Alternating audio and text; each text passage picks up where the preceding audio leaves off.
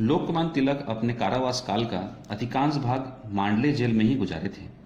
इस चारदीवारी में यहाँ के बहुत ही हतोत्साहित कर देने वाले परिवेश में स्वर्गीय लोकमान्य तिलक ने अपने सुप्रसिद्ध ग्रंथ गीता भाष्य का प्रणयन किया था, जिसने उन्हें शंकर और रामानुज जैसे प्रकांड भाष्यकारों की श्रेणी में स्थापित कर दिया है। लोकमान्य तिलक को जिस जेल में रखा गया था वह लकड़ी के तख्तों से बना था, जिसमें गर्मी में लू और धूप से, वर्षा में पानी से, शीत ऋतु में सर्दी से तथा सभी ऋतुओं में धूल भरी हवाओं से बचाव नहीं हो पाता था। सुभाष चंद्र बोस को यह बात अच्छी नहीं लग रही थी कि उन्हें भारत से निष्कासित कर दिया गया है। फिर भी उन्होंने भगवान को धन्यवाद दिया कि अन्य जेलों की तरह यह भी एक तीर्थ स्थल है, जहां भारत का एक महानतम सपूत लगातार 6 वर्षों तक रहे। जिस स्थान पर तिलक ने गीता भाष्य लिखा, वहां जाना ही मेरे लिए सौभाग्य की बात थी। लोकमान्य बाल गंगाधर तिलक 6 वर्ष तक बर्मा की मांडले जेल में रहे, जहां उन्हें अनेक शारीरिक और मानसिक यातनाएं सहन करनी पड़ी। वे वहां एकदम अकेले रहे और उन्हें कोई बौद्धिक स्तर का साथी नहीं मिला, न ही उन्हें किसी अन्य बंदी से मिलने जुलने दिया जाता था। तिलक की दिनचर्या बहुत व्यस्त थी। उनको सांत्वना देने वाली एकमात्र वस्तु किताबें थीं। इस समय का उपयोग उन्होंने लिखने पढ़ने में किया।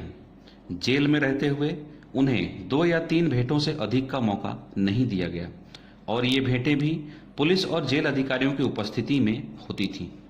उन तक कोई भी अखबार नहीं पहुंचने दिया जाता था।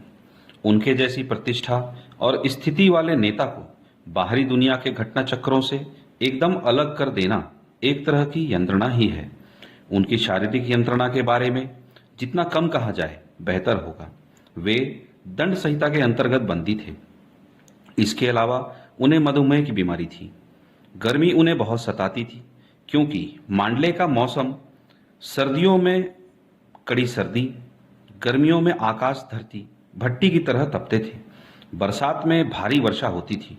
तीनों मौसम के प्रतिकूल था। वहां की जलवायु शिथिल कर देने वाली और मंदाग्नि तथा गठिया को जन्म देने वाली थी और धीरे धीरे वह व्यक्ति की जीवन शक्ति को सोख लेती है। तो लोकमान्य तिलक ने, जो वयोवृद्ध थे, कितना कष्ट झेला होगा। वे गीता की भावना में मग्न रहते थे और शायद इसीलिए दुख और यंत्रणाओं से ऊपर रहते थे। यही कारण है कि उन्होंने यंत्रणाओं के बारे में किसी से एक शब्द भी नहीं कहा। यह विश्व भगवान की कृति है, लेकिन जेलें मानव के कृतित्व की निशानी हैं। उनकी अपनी एक अलग ही दुनिया है और सभ्य समाज ने जिन विचारों और संस्कारों को प्रतिबद्ध होकर स्वीकार किया है, वे जेलों में लागू नहीं होते। बंदी जीवन के प्रति अपने आप को अनुकूल बना पाना आसान नहीं है। इसके लिए हमें अपनी पुरानी आदतें छोड़नी होती हैं। केवल लोकमान्य जैसा दार्शनिक ही उस यंत्रणा और दास्ता के बीच मानसिक संतुलन बनाए रख सकता था और गीता भाष्य जैसे विशाल एवं युग निर्माणकारी ग्रंथ का प्रणयन कर सकता था। सुभाष चंद्र बोस कहते हैं कि मैं उनके प्रति आदर और श्रद्धा में डूब जाता हूँ। आशा करता हूँ कि मेरे देशवासी लोकमान्य की मान्यता को आंकते हुए इन सभी तथ्यों को भी दृष्टिपथ में रखेंगे। जो महापुरुष इतने सुदीर्घ कारावास को झेलता गया और जिसने उन अंधकारमय दिनों में अपनी मातृभूमि के लिए ऐसी अमूल्य भेंट तैयार की, उसे विश्व के महापुरुषों की श्रेणी में प्रथम पंक्ति में स्थान मिलना ही चाहिए।